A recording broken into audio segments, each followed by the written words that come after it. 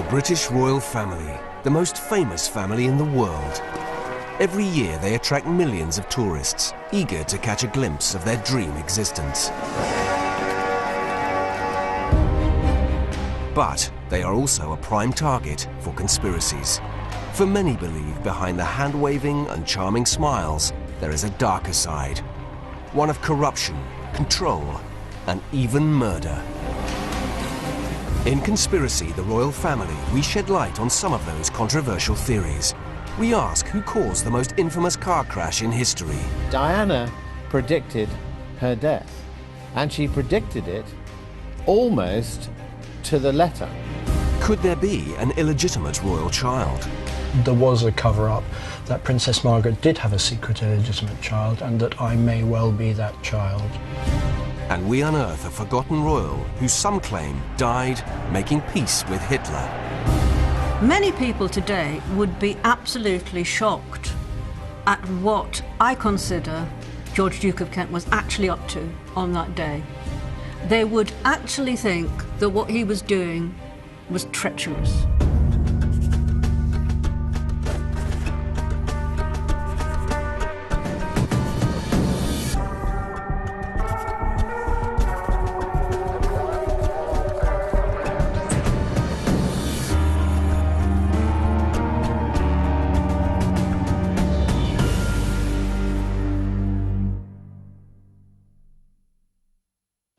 In 2011, over 2 billion people around the world tuned in to watch Prince William marry Kate Middleton.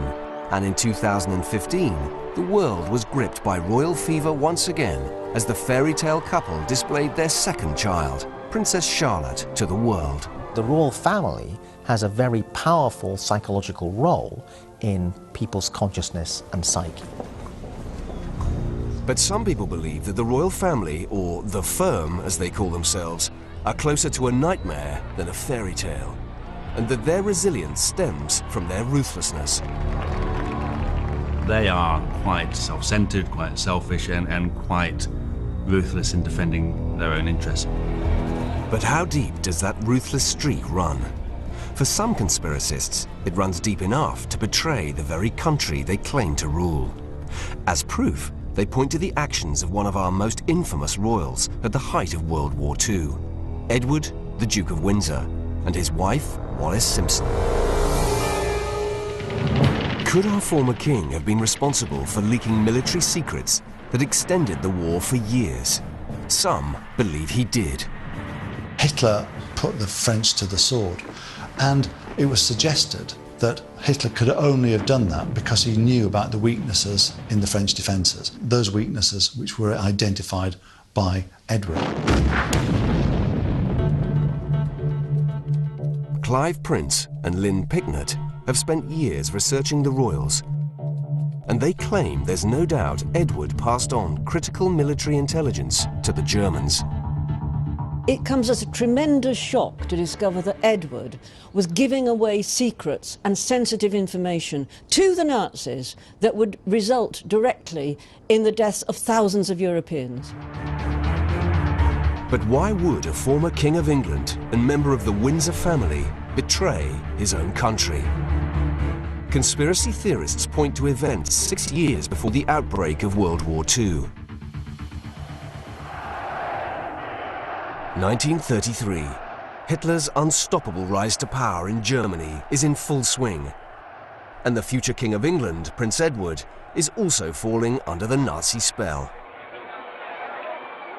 Edward, of course, was a Germanophile. His family was German. The House of Saxe-Coburg, they changed their name in 1917 to Windsor. He had a good facility with the German language, and he had a real feel for things German. He says at one point, "There's not one drop of blood in my body that isn't German." Although Hitler was popular among the British aristocracy at the time, many others were not keen on the prospect of a pro-German, perhaps even pro-Nazi, king. The political establishment, from the beginning, are nervous about Edward. Stanley Baldwin, the Prime Minister, is on record as saying he'd rather that Prince of Wales breaks his neck than become king. But just 3 years later, in January 1936, that's exactly what happened. Prince Edward did become king. King Edward VIII.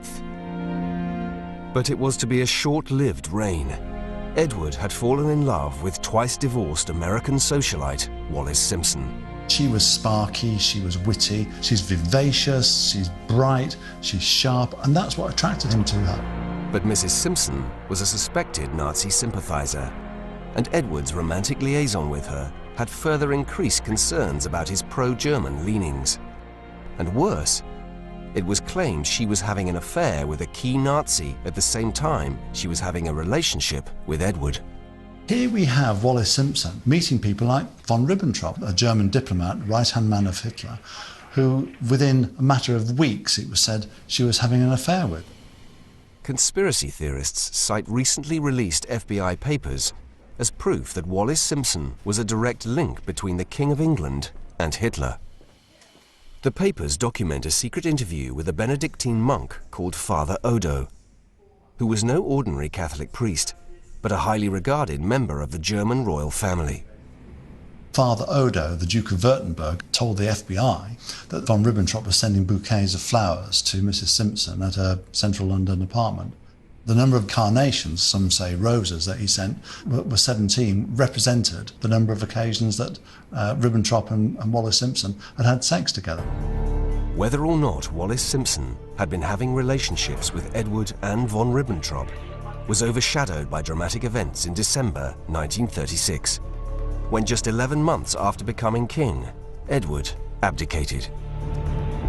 A few hours ago, I discharged my last duty as king and emperor. The official reason given for Edward's abdication was his determination to marry Wallis Simpson. A queen who had been married and divorced twice was at the time unacceptable, and the government of the day refused to allow the marriage. Edward had a simple choice: leave Wallis and remain king, or marry her and abdicate. Divorced people weren't allowed to go to Ascot, they weren't invited to Queen's dinners, you know, and the fact that this lady would have been divorced twice was just out of the question. But some, like Lynn Picknett, believe there was a much darker reason for Edward stepping away from the throne. Everybody in the government knew where Edward's sympathies lay. He was a Nazi. In effect, Wallis Simpson was a gift from the gods in a way, a convenient excuse to get rid of a very dangerous and troublesome king. But could the removal of Edward have been a grave tactical error that in just over 3 years would lead to the defeat of France?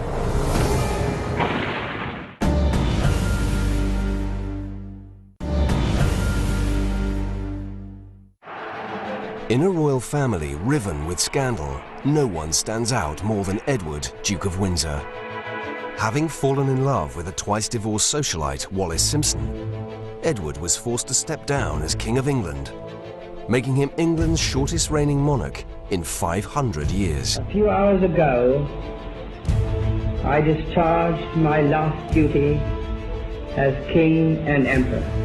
I have found it impossible to carry the heavy burden of responsibility without the help and support of the woman I love.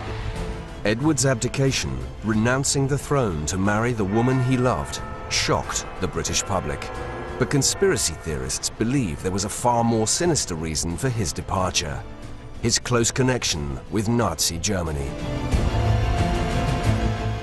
Hitler saw Edward VIII as a great ally for Germany, someone who would help to keep Britain quiet as Germany rearmed and realigned its borders. Hitler said that Edward's abdication came as a terrible shock to the Nazi regime because it pinned so many hopes on Edward. 6 months after his abdication, Edward finally married Wallis Simpson in France. The couple then went on a tour of Germany as guests of Hitler. But when war between England and Germany broke out in 1939, Prince Edward took up a post at the heart of the British military by becoming a Major General in the British Army. His job was to inspect the French defences and report back to Britain. But actually come up with a very good report that actually did identify the weak spots in those defences. But some researchers believe Edward was, in fact, still close to Germany. They claim Hitler's invasion and defeat of France just weeks after the delivery of Edward's secret report is proof of his treachery. Even historians like Jonathan Petropoulos find it hard to explain. For historians, that's one of the challenges, is to explain what was supposed to be a very evenly matched conflict turns into this one-sided affair. Decades after the Battle of France, scholars of military history have brought computers into play. They run these simulations, and in almost every instance, it's France and the British and the Western Allies who prevail. It's clear that the Germans attacked France in the absolutely perfect way. So the question is, how did they do this? Many believe key information was passed from Edward to Hitler via one of Edward's closest friends, an enthusiastic French Nazi. At the same time that Edward was inspecting the French defences, he was also reconnecting with his great friend Charles Beddoes, who'd allowed Wallace and Edward to marry in his chateau. He was a self-made Frenchman, and he was very well in with Hitler and the Nazi elite. It's been widely reported that Beddoes was feeding information about what Edward was finding on the battlefront between France and Germany, and that information was finding its way back to Hitler, enabling him to change his battle plans. The idea that Edward was the source of high-level intelligence leaking to the Germans is given weight by Churchill's actions when he became Prime Minister in 1940. It's clear that they have to do something with the Duke and Duchess of Windsor, and they have to get him out of Europe, where he poses such a threat to the current situation, and they come up with the idea of making him governor of the Bahamas. Edward was just distraught at the idea of going to the Bahamas, and Wallace thought it was like being sent to St. Helena, the place that Napoleon was exiled to. It was the beginning of the end for the former king. Although he and Wallace returned to France after the war, he would never again hold a position of power. But despite the conspiracy theorists' claims, many in the British establishment dispute that he was a traitor prince. I don't think he was a Nazi at all. I think he would have been deeply horrified and insulted by any suggestion of that kind after the war had begun. Before the war, he was still flirting, but I'm quite certain that with the coming of the war, he would have stopped dead, because I think he was a patriot. Edward finally returned to England after his death in 1972, where he was buried with full honours at Windsor Castle, in the presence of both the Queen and the woman history claims he gave everything up for, Wallis, Duchess of Windsor. But according to conspiracy theorists, Edward wasn't the only royal who had strong Nazi sympathies.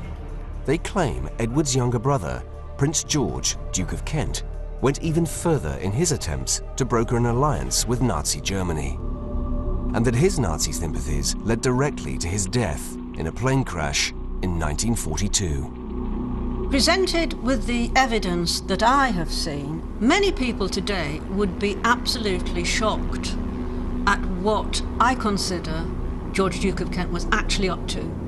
They would actually think that what he was doing was treacherous. Today, few people remember Prince George, Duke of Kent, the younger brother of Edward. But in the 1940s, he was a key and flamboyant member of the firm. Duke of Kent has been an enigma. He's been seen as bisexual, someone who had affairs with people like Noel Coward, someone who was a drug addict. He had a very colourful bachelor life, marries Princess Marina, a beautiful princess, and then becomes the right-hand man of George VI. The Duke of Kent's vocal calls for peace with Germany at the breakout of World War II, and his overt contacts with the Nazi regime alarmed the establishment so much that the British Secret Service was keeping close tabs on him. But as far as the official records are concerned, the questions over the Duke's loyalty evaporated in 1942, when he died in a plane crash en route to Iceland to rally the troops. That, as far as the history books go, is pretty much that. But I think there's considerably more to it than that. There are very few accepted historical details about this. There is, from the very beginning, an air of cover-up. The alleged cover-up centres on what conspiracists believe was the Duke of Kent's real destination on the day of his crash. I think that from the beginning that flight was actually planned not to go to Iceland, it was going to Sweden. There's an eyewitness account that the Duke, when his body was found, he had an attaché case handcuffed to his wrist full of Swedish krona notes. If George, Duke of Kent, really was on his way to neutral Sweden and not a British base in Iceland as the official report states, some believe he was on a mission so secret it could damage the reputation of the royal family even today. What the establishment has tried so hard for about 7 decades to keep very secret, are you ready for this, is that George, Duke of Kent, was flying to Sweden to make a deal that would be perhaps favourable to the Nazis to stop the war. Just like his older brother Edward, the Duke of Kent saw Germany as a natural ally. And just like the former king, it's believed he was in regular contact with the Nazis, perhaps even with Hitler's right-hand man, Rudolf Hess. Certainly, from as early as 1935, the Duke of Kent was having meetings with representatives of the Nazi regime, specifically in order to try and bring about an understanding between the two countries. The Germans took notice and they started to write reports about the Duke of Kent. And the reports state that the Duke of Kent was pro-German, that he was anti-French, that he was pro-appeasement, and he certainly did not want to see a long, calamitous war between the two countries. One of the strangest events of the war occurred in 1941, when Rudolf Hess, who may have met with the Duke of Kent before, parachuted into Scotland in a bid to broker a peace deal with key members of the British elite. Some say with Prince George himself. There's no doubt that Hess wanted to negotiate a peace. Hitler did not want to continue the war with Britain. Hitler wanted to turn his sights on the Soviet Union. That was a priority. Officially, Hess's plans ended in failure when he was arrested and sent to prison. But Clive Prince doesn't believe that's the end of the story. He claims the real Hess was replaced by a body double, citing evidence given by the intelligence officer, Charles Fraser Smith. He was the model of Q in the James Bond movies. He was the guy that came up with all kinds of gadgets and things for British spies and special operations. He was brought in by MI5 to make a copy of Rudolf Hess's uniform. And Fraser Smith says, I never knew why I was asked to do it. It's not my place to ask. But the only reason that I can think of is that it was to be worn by somebody who was going to impersonate Hess. Prince and Picknett believe that instead of being in jail, the real Hess was actually spirited away by pro-Nazi members of the British elite, ending up a year later back in the Highlands of Scotland, a few miles from where Prince George's plane was to crash. Just down the road, about 3 miles from the crash site, was this Loch Moor, and on the side of Loch Moor was this house, and in the house was Rudolf Hess. Picknett says her evidence comes from eyewitness accounts from people at the house at the time. According to the testimony of people in that area, Hess was there around that time. This was not anybody putting words in their mouths, ideas in their heads. This is what they said. Picknett's theory is that in 1942, Prince George died while attempting to help Hess complete his peace mission. George, Duke of Kent, was flying to Sweden. On board that plane with him was Rudolf Hess, Hitler's former deputy Führer, and the two men were going to broker a peace deal. But whether George's plane was heading for Sweden or Iceland, it never made it out of Scotland. A heavily laden flight Sunderland can just about take off from Loch Moor. It's been shown it can, but it needs incredible skill. And it's a possibility that it never really managed to climb, and that's why it crashed. For Picknett and Prince, the final evidence for their incredible theory comes from a discrepancy over the number of people on board Prince George's plane. The official flight record states that there were 15 passengers, But in all, 15 bodies and 1 survivor were found. That survivor was the tail gunner, Andy Jack, who it's alleged was silenced by being forced to sign the Official Secrets Act while recovering in hospital. So who was the extra body?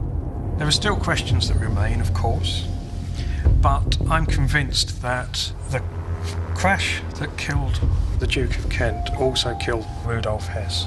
Lynn Pignett and Clive Prince claim the final bit of evidence that proves a high-level cover-up is that even today, 7 decades after the death of Prince George, Duke of Kent, the official records are still sealed. Why? Because if the truth got out, it would be devastating for the royal family.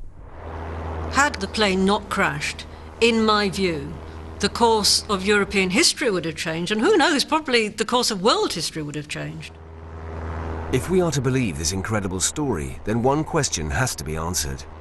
If Rudolf Hess was killed alongside the Duke of Kent on a Scottish hillside, who was the body double who stood trial at Nuremberg at the end of the war? I wouldn't completely exclude it, but it seems unlikely.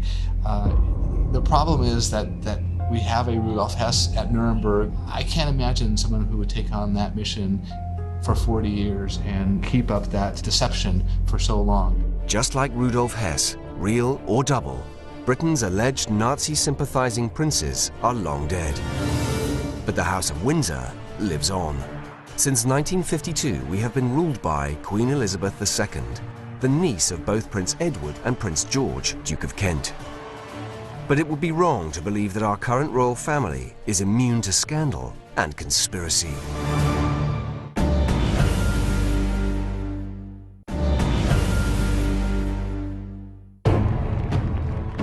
The British royal family spend their lives in the public gaze, and yet we know very little about what goes on behind closed doors. And that is where conspiracists step in. One of the problems with a closed world that we don't have much access to, like the royal family, is why is it closed? Conspiracy theories would tend to focus on it's closed because there are things they don't want us to know. Like most families, the Windsors have their fair share of family scandals. But they're better than most at keeping their problems under wraps, often using special privilege to prevent their secrets from getting out, even after death. If anybody dies in this country, you leave a will, it is open to public scrutiny. Anybody can access it and look at it. With the royals, when they write a will, it immediately gets sealed by a judge and no one's ever going to get access to it. The unique practice of sealing royal wills goes back to the sudden death of Prince Francis of Teck in 1910. Prince Francis was the brother-in-law of King George V and the brother of Queen Mary. She was devastated when her brother's will revealed he'd given away priceless family jewels to his mistress, the Countess of Kilmorey. The monarch simply had a word with a judge and the will was sealed, so the public had no way of knowing what that prince was leaving to his mistress. The royal heavies were then sent round to retrieve the jewels from the mistress. Since then, no one in the royal family has seen fit to let the public see their wills. So that's why they sealed Princess Margaret's will in 2002. And who knows what kind of modern-day Prince Francis-style scandal was covered up in 2002. This man believes he knows exactly what kind of scandal was covered up by the sealing of Margaret's will. And he claims it's a scandal that's denying him his birthright. I believe that Princess Margaret's will disclose the existence of an illegitimate child and that I may well be that child. The problem is they won't let me see it. 60-year-old Robert Brown is a former accountant working in Jersey. He spent much of his life trying to prove the Queen's younger sister had a child out of wedlock, and that he may be that child. I think that the child was exported, as it were, from the UK to Kenya, a safe haven. Like the illegitimate child he alleges Margaret had, Robert Brown grew up in Kenya. But his birth certificate clearly states he's the son of Cynthia and Douglas Brown. So why does he believe otherwise? Ever since I was small, I felt I really didn't belong with the people that I was brought up by. There was just no emotional connection. And Robert has a clear memory from childhood, which he believes offers further proof. I had a really vivid recollection of a child being asked by a woman to say, "I'm the king of the castle, you're the dirty rascal," and to do it again and again and again. And there was something enormously poignant about that moment. I believe that the woman who was there was Princess Margaret. She was in Kenya. I would have been 20, 21 months. But it was only when Robert attended a high society wedding in his early 30s that major suspicions began to form. I asked an uncle, why am I the only esquire on there? And he sort of jokingly said something like wrong side of the sheets. And literally a light came on. It's well documented that Princess Margaret did visit Kenya in the 50s. But Robert believes it wasn't just an official visit. It was to visit him, and he has photographic evidence to prove it. This photograph was taken in Kenya in 1956. The child in the car is me. This is a larger version of the same, and when you look in the window you can see a reflection. And the reflection is of a woman in evening dress with a heavy sheen on, a tiara, and a camera. And I believe that this is Princess Margaret taking that photograph. Here is a photograph of her at the Governor's Ball in Nairobi in 1956. Here we have the sheen on, the tiara, and the shoulder details. This was the first clear connection that I had that showed that actually, no, what you thought, has some basis. Princess Margaret has always been known as the glamorous and free-spirited of the two royal sisters. She loved having fun, and if you look at the sort of photographs or read the papers of those times, she's always in a party. What she really loved was smoking, drinking a glass of her famous grouse. She really liked to stay up till 2, 3, 4 in the morning. But could a key royal, especially one as headline-worthy as Margaret, avoid the limelight long enough to produce an illegitimate child? I think that's simply ludicrous, absolutely ludicrous, because for one thing, how would she have concealed it? She was constantly in the public eye, she was seen at restaurants. While you might be able to bind 3 or 4 of your closest friends to secrecy, you certainly couldn't bind the staff of a restaurant, get hold of every single waiter and say, you mustn't mention the fact that the princess has a swelling waistline. I mean, it's mad. But Robert Brown disagrees and claims to have proof that backs up his conspiracy theory. Photographs of a body double. This magazine shows Princess Margaret in a beautiful red and white polka dot dress with button detail. I have what I believe are substitutes used for Princess Margaret. Here is a woman who looks remarkably like Princess Margaret in exactly the same dress. And here is the lady again. I've never heard of any time at all when members of the royal family have used body doubles. There are plenty of people who make a living by looking fairly like the Queen or looking fairly like Princess Diana or looking like Kate Middleton. But they're not body doubles, and you've only got to look at them to see that they're not actually the person they say they are. It would be a secret quite impossible to keep. I think that a lot of conspiracy theories arise from the fact that we feel special people. We feel unique and different.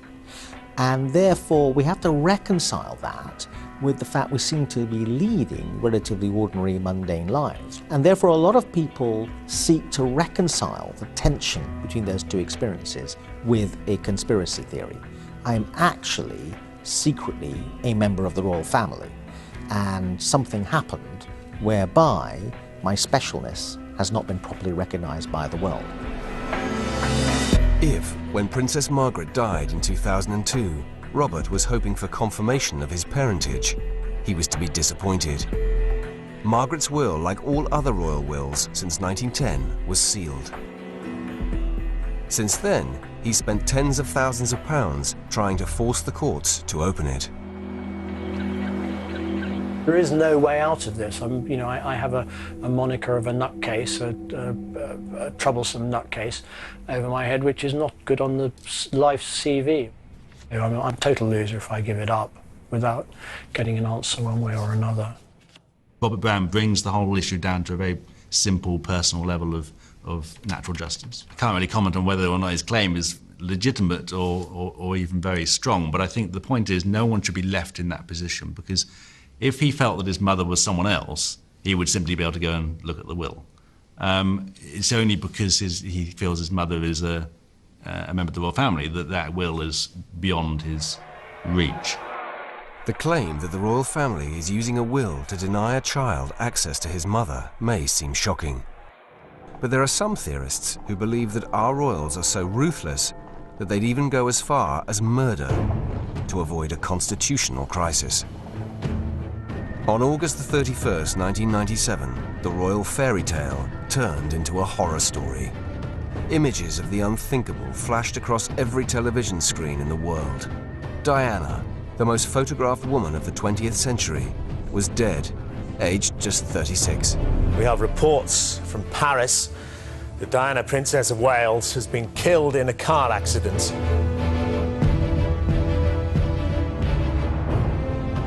We are today a nation in Britain in a state of shock, in mourning, in grief that is so deeply painful for us. The people everywhere, not just here in Britain, everywhere, they kept faith with Princess Diana. She was the people's princess, and that's how she will stay, how she will remain in our hearts and in our memories forever. The death of Diana had an impact that was felt across the world. For many, the idea that she could have been killed in an accident seemed impossible. Immediately, rumors began to grow that there had to be more to it. There had to be a conspiracy. Because conspiracy thinking and theorizing is about the idea that everything is connected and everything has a meaning, major figures can't die from trivial events. They have to die because some major causal mechanism has to be in play. But it wasn't just conspiracy theorists who began to have suspicions that something wasn't quite right about Diana's death. Michael Mansfield, the barrister famous for taking on high-profile cases such as the Birmingham Six, has reviewed the facts around Diana's death. He believes the inquiry verdict that it was an accident was wrong. I couldn't believe it. In fact, I didn't believe it. I thought, wait a minute, this can't be an accident. How can this be an accident? Others have gone much further. For them, Diana's death was murder. Alan Power is an author who has written extensively on the case. Diana Spencer had very powerful enemies that were able to kill her. So our people's princess was brutally murdered by these forces to protect their own position. And frankly, that's just not acceptable. The seeds for this conspiracy theory were laid in 1981, when a then unknown 19-year-old, Lady Diana Spencer, first hit the headlines. I think there was huge pressures then on Prince of Wales to get married. He was 30, and he obviously thought, I must. And there was this beautiful, charming, eminently suitable girl he'd known since she was a tot. Within a decade, the shy teenager had grown into her role as wife of the future King of England and had become a confident, independent woman. A woman who many believe was now railing against the firm and becoming a danger to the British monarchy. She was by far and away the most famous royal person on the planet and straddled the planet alongside people like JFK, Marilyn Monroe and Princess Grace of Monaco. She produced a great change in that the remoteness and aloofness before she came along from the royal family then became penetrated by her greater humanity, and she let us in to that world. And she was a different face of the royal family, and maybe a more modern face. But it was a modern face that was prepared to break all the old rules. Just how far Diana was prepared to push against the royal family was demonstrated in early 1991, just 10 years after her marriage, when a package of cassette tapes landed on Andrew Morton's desk. On them was Diana's voice, and the revelations she made blew the royal family apart. To learn about her eating disorders, to learn about her suicide attempts, to learn about this woman called Camilla Parker Bowles that nobody had ever heard of, was just overwhelming. Diana's marriage to Prince Charles ended in divorce in July 1996, and she officially left the firm. But far from fading into the background, she became a bigger star than ever. A woman not just in the news, but making the news.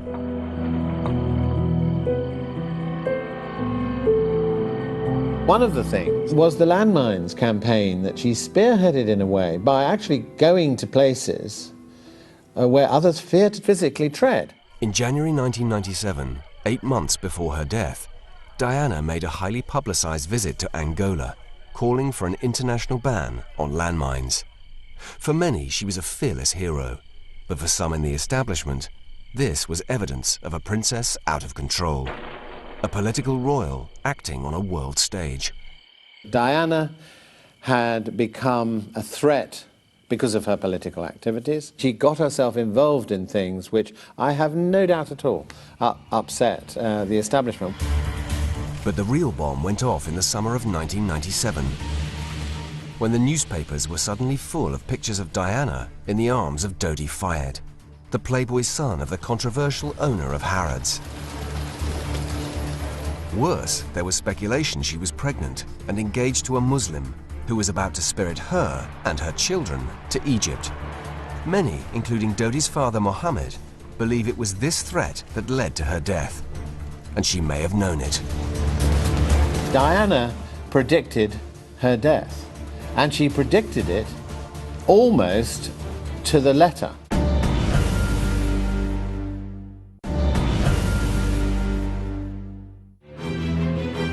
The reputation of the British royal family took a dark turn, with the death of Diana, Princess of Wales, and her boyfriend Dodi.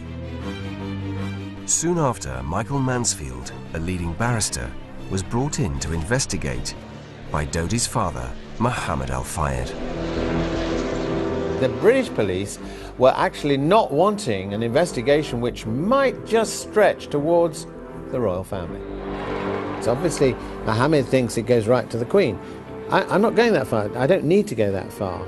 You work backwards from the nature of the relationship, and the threat she posed is quite enough to exercise and exacerbate a situation in which somebody's saying, do something about her. But could doing something about her mean murder?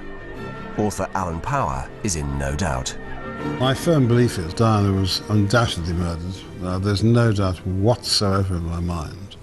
It was by MI6 using a team of Special Forces troops. They're not there primarily to defend the nation. They're there primarily to defend the monarchy. Few who grieved for Diana in those dark days after her death thought she had been involved in anything more than a tragic accident.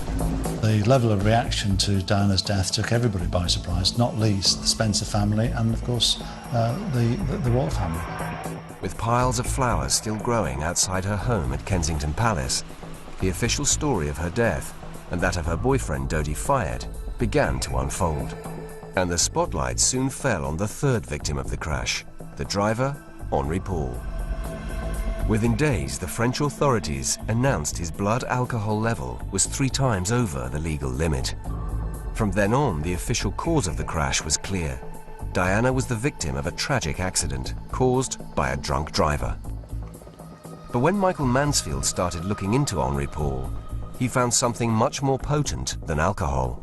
For a 6-month period before the crash, he was getting very extraordinary sums of money going into different accounts. Where was this money coming from and what was it for? We've never had answers to that, and it seems to me there's a question mark over what was going on with Henri Paul that night. For Alan Power, who has written extensively on the case, there is no question mark over Henri Paul or the mysterious payments into his account. He claims Henri Paul was in the pay of the British Secret Service.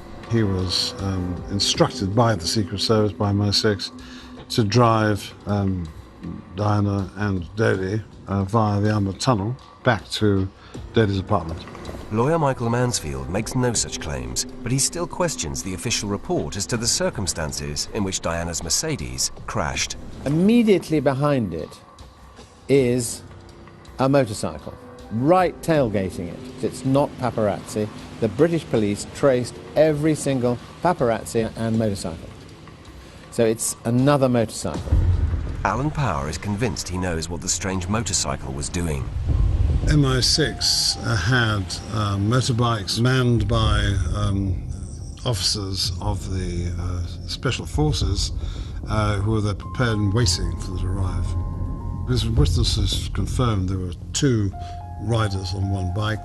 It did a flash into Henri Paul's eyes as he went and entered the tunnel. Although Michael Mansfield may be unsure about the exact role of the mysterious motorbike, he has no doubt there were other vehicles involved. In front of the Mercedes is a black car, which is said to be slowing. In other words, the Mercedes is sandwiched. The next thing is that the Mercedes she's in clips a white Fiat. Alan Power believes that the clipping by the white Fiat was no accident. It hit the Mercedes at the tunnel entrance and again a bit further on and drove it into the 13th pillar. According to Alan Power, once the driver of the Fiat had done his work, the final part of the drama was played out. Whilst I was lying in the car, alive but badly hurt, it's my belief that she was injected with the poison by people waiting in the shadows, and then by the time she got to the hospital, they knew she would be dead from the injection, and that was one of the main reasons why they weren't allowed to take blood samples from Diana, from her at all. Alan Power's story relies on the existence of the mysterious white Fiat Uno, which allegedly clipped Diana's car, sending it crashing into the pillar. But although the French authorities checked 4,000 white Fiats in the aftermath of the crash, they drew a blank. But Mohammed Al Fayed's team believe they found not only the car, but also its owner, James Andanson. James Andanson is a cameraman with a history. He nearly always finds himself at the hotspots when something big is going to happen. He did have a Fiat Uno of the right age, and he'd had it resprayed, so it wasn't white anymore, but they were able to uncover the fact that underneath was paint that matched. Alan Power believes that Andanson's ability to be at the right place at the right time was down to his employers. He was working for British, American and French Secret Service. Power claims James Andanson was never interviewed by the police. But just under 3 years after the crash that killed Diana, Andanson was found dead, in what many believe to be suspicious circumstances. 33 months after Diana's murder, James Anderson's body was found. He was in his car. He was set fire to. He was shot twice in the head. The car door was locked. The keys were never found. And he was cremated, basically. He was ash. The official verdict on Andanson's death was suicide. Strange way to commit suicide. By the time you've got this jigsaw of, the Anderson death and the Henri Paul, the inference from this is there's more to this than meets the eye. Michael Mansfield has little time for Alan Power's theory that Diana was deliberately killed in the Paris underpass. But he does believe the evidence points to members of the British establishment being involved in the crash. They wanted to cause her harm, but not death, so that she would be flown back separately from Dodi. They get her back to Kensington Palace to treat her, keep her away from what they would see as the forces of darkness, and then in that way, as it were, nurture her back into the arms of certainly people who they regard more safely and securely than Dodi. Nazi treachery, covered-up pregnancies, and even murder. None of these stories may be true, but there is no denying that the Windsors, the world's most famous family, will continue to generate scandal and conspiracy as long as they remain on the British throne. And Conspiracy's back with the Cold War files next Friday at 8. Getting wild in the Old West tonight. Longmire's laying down the law on 5 USA. Catch the sheriff in action as the new season continues over there next. What's next here on Channel 5? It's the Big Brother Live Eviction.